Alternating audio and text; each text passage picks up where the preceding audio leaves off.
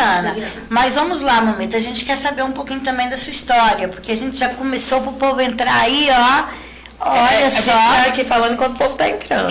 Mas bora. Conta um pouquinho quem é a Mameto, quando que a magia chegou na vida, né, da Maria. Como que você descobriu esse caminho, como foi que te chamou? Eu te contei lá em cima, gente, a gente atrasou, entendeu? O programa, mas nesse intervalo, gente, eu contei, assim, 50 mil histórias já pra Mameto aqui, né? Então, assim, eu falei pra ela de quando eu comecei, como foi que a Padilha me pegou a primeira vez. Agora a gente quer saber da Mameto, tudo, como foi o primeiro contato dela com a espiritualidade. A princípio, eu sempre fui criada em berço evangélico. Tanto que meu avô e minha avó que foram que me criou, meu avô cristão, ele católico, né? Católico apostólico romano, minha avó pastora. Pastora da Assembleia mesmo, pastorou. E eu tinha 16 anos na época. E eu ainda estudava e o meu avô, ele começou a depreciar dentro de casa porque ele tinha sido mandado embora do serviço dele de 25 anos. Nossa. E aí eu fui vendo meu avô depreciando, foi quando eu resolvi sair da escola e trabalhar. Comecei a trabalhar, não deu certo, eu saí de lá e nesse meio tempo eu não estava conseguindo fazer nada pro meu avô dentro de casa, não estava conseguindo ajudar, tinha saído da escola. Minha mãe estava falando muito na minha cabeça porque eu tinha largado a escola, né? E aí eu decidi que por mais uma vez eu iria tentar o suicídio. E aí eu falei assim, cara, eu sempre tive vontade de ir em terreiro. Então assim, se eu vou me matar, que eu pelo menos faça a minha última vontade. Que foi quando eu fui no terreiro a primeira vez. Quando eu cheguei no terreiro... Era um terreiro de Umbanda, de Candomblé? De Umbanda e Quimbanda, né? Era um terreiro que tocava as duas... Antigamente, todo terreiro de Umbanda tocava pra Quimbanda. Lembra que eu te contei a história lá em cima? E tinha o dia certo. Segunda era preto velho, terça era desenvolvimento, quarta era cigano, quinta era boiadeiro, cangaceiro, marinheiro e caboclo. Porque quem não tinha caboclo tinha boiadeiro. Sim. E na sexta era dia de Exu, que era o dia da Quimbanda. Sim, mas era exatamente isso, só que lá de fato era realmente não era assim uma Umbanda que tocava pra Exu, não, era realmente Umbanda e Quimbanda. As coisas eram bem divididas. Sim, mas era realmente ali, a Quimbanda na época que essa casa tocava era pra Malay, na época, né? Hoje em dia eu já não sei mais como funciona, eu não tô mais por lá, mas na época se dizia Malay, né? Então, quando eu cheguei lá nesse terreiro, eu não sabia o que esperar, eu nunca tinha nem ouvido falar, eu queria mesmo conhecer.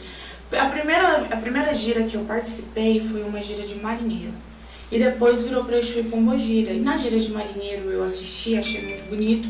E quando virou pra banda de Exu, detalhe, quando eu fui ao terreiro, eu fui com uma bolsa. Na bolsa eu estava com uma corda e uma faca.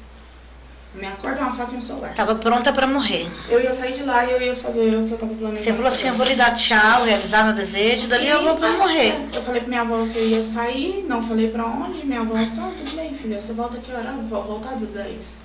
Volta às 10. Eu tava com a faca, com a corda e meu celular dentro da bolsa. Então, na hora que a Pombogira desceu, ela foi, se trocou de roupa, voltou, passou, sentou.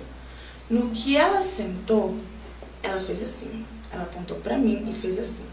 Sentei na frente dela, não sabia como cumprimentava nem nada. Eu nunca tinha visto a entidade na minha frente, pois ela bateu a mão no meu peito e me puxou pelo colarinho, bem pertinho do rosto dela. Ela veio pra mim e falou assim, se você fazer o que você tá planejando fazer, eu sair daqui, você vai se encontrar comigo do outro lado. E eu já te aviso, você não vai ficar boa. Ela falou desse jeito, ela me pegou pelo colarinho.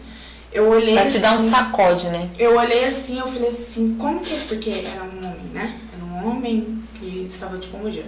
Eu falei assim, eu não estava muito entendendo o que era um espírito, o que era isso, o que era aquilo. Eu falei assim, como que esse homem sabe? O que eu vou fazer, né?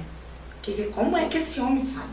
Aí foi quando eu sentei de volta lá no meu cantinho. Sabe quando você fica pasma? E aí eu falei, putz, tá.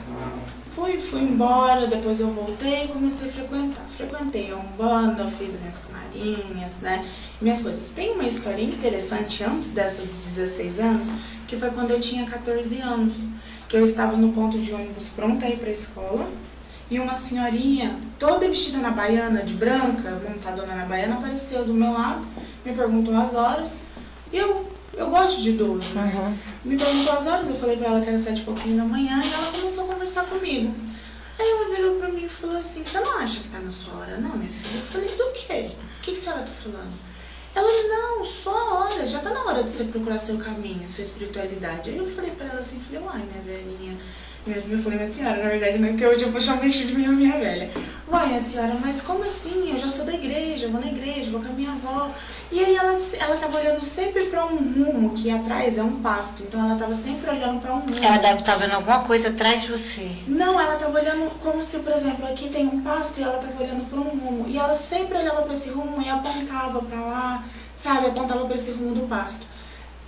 Por coincidência ou não, o terreiro onde eu fui a primeira vez era exatamente pro rumo que ela ficava apontando e me mostrando.